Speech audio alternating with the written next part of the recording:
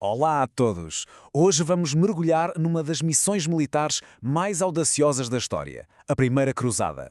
O objetivo? Conquistar Jerusalém, uma cidade a milhares de quilómetros de distância. Uma tarefa que na altura parecia simplesmente impossível. Mas o que foi preciso para a concretizar? Para começar, vamos falar da distância. Estamos a falar de 5.000 quilómetros.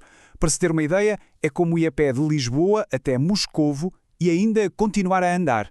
Tudo isto, claro, a pé ou a cavalo, atravessando territórios completamente desconhecidos e hostis. É uma distância brutal, mesmo para os padrões de hoje. E isto levanta a grande questão: porquê? O que é que motiva dezenas de milhares de pessoas, desde os cavaleiros mais nobres aos camponeses mais humildes, a abandonar tudo o que conhecem para embarcar numa viagem tão longa e perigosa? Bem, é isso que vamos descobrir. Tudo começa com um apelo, um chamamento tão poderoso que ecoou por toda a Europa. O ano é 1095. O Papa Urbano II lança um desafio. Convoca os cristãos a marchar para o Oriente e a reconquistar Jerusalém. Para muitos, a principal motivação era puramente religiosa, a fé e, claro, a promessa do perdão de todos os pecados. Mas para outros, era também uma oportunidade de aventura, de procurar riqueza e até de conquistar novas terras. A resposta foi absolutamente avassaladora. Cavaleiros chegaram a vender castelos e propriedades inteiras só para financiar a expedição e comprar o equipamento necessário. Uma coisa era aceitar o desafio, outra completamente diferente era a viagem em si.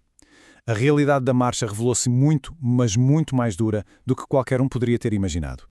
Só para termos uma noção da dificuldade, a travessia da Ásia Menor, que corresponde à atual Turquia, implicou marchar mais de 1.600 quilómetros, e isto debaixo de um sol de verão implacável, com temperaturas que facilmente ultrapassavam os 32 graus. Era um teste brutal à resistência física, muito antes de sequer verem um campo de batalha. E os problemas não se ficavam pelo calor, longe disso. A falta de água em zonas áridas era uma ameaça constante. Havia ataques surpresa de forças locais. A grande arma dos exércitos europeus, a cavalaria pesada, era quase inútil em terrenos montanhosos e acidentados. Os cavalos, essenciais para a guerra e para o transporte, morriam de exaustão. E para complicar tudo, tentem imaginar o que é comandar um exército onde se falam dezenas de línguas diferentes. A logística e a comunicação eram um verdadeiro caos. O caminho para Jerusalém não era uma estrada aberta. Para lá chegar, os cruzados tiveram de conquistar várias cidades fortificadas, uma a uma. Tiveram de se tornar, à força, mestres na arte dos cercos. Antioquia foi o primeiro grande teste. Uma cidade gigantesca, protegida por muralhas que pareciam intransponíveis. O cerco arrastou-se durante meses, apanhando um inverno rigoroso que trouxe fome, doenças e desespero ao acampamento dos cruzados. A situação tornou-se tão crítica que, como dizem as crónicas da época, os soldados tinham de procurar raízes e sementes só para sobreviver. A fome era tão extrema que a missão diária deixou de ser conquistar a cidade para passar a ser, simplesmente, encontrar qualquer coisa para comer. Então, como é que se conquista uma cidade com muralhas de 12 metros de altura?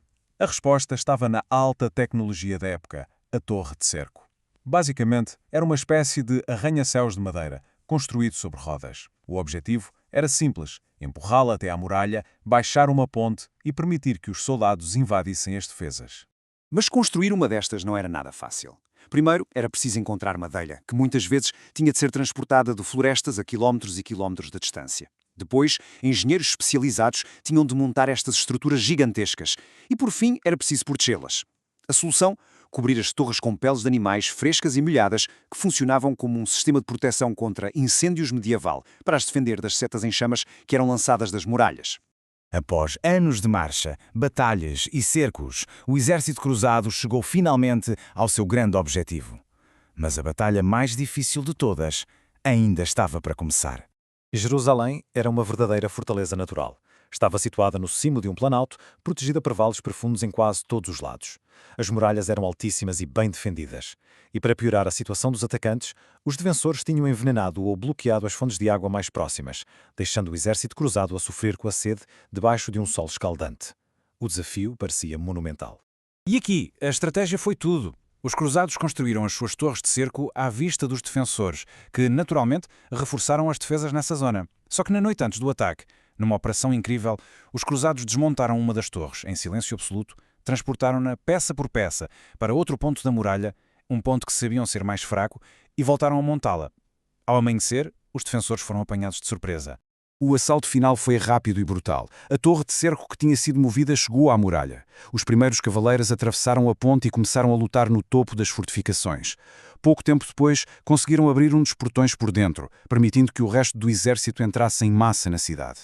Em questão de horas, defesas que pareciam inexpugnáveis tinham sido completamente subjugadas. Mas a captura de Jerusalém não foi o fim da história. Na verdade, foi o início de um capítulo completamente novo, com consequências que se sentiram durante séculos. A consequência política mais imediata foi a criação de um novo Estado, o Reino de Jerusalém. Era, na prática, um reino europeu com nobres e uma estrutura feudal, mas transplantado para o coração do Médio Oriente, e iria durar quase 200 anos.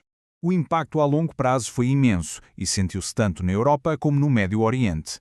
Para a Europa, abriu novas rotas comerciais para produtos de luxo como especiarias e seda e expandiu enormemente o conhecimento sobre geografia e ciência. Para o Médio Oriente, para além da mudança política óbvia, levou a um contacto muito maior com o mundo ocidental e a uma intensa troca de ideias. E o que aconteceu aos cruzados que sobreviveram? A maioria, cerca de 60%, sentiu que a sua missão estava cumprida e regressou a casa. Mas uma parte muito significativa, quase metade, ficou. Foram estes 40% que construíram e defenderam o novo reino, criando uma sociedade inteiramente nova no Levante. E no fim, fica a pergunta que ecoa até hoje. Foi a primeira cruzada uma missão motivada pela fé, uma peregrinação armada, ou foi no fundo uma busca por poder, terra e riqueza? Uma guerra santa ou uma invasão ambiciosa? A verdade, tal como a própria história, raramente é simples. E provavelmente a resposta está algures no meio de tudo isto. Obrigado por nos acompanharem nesta análise.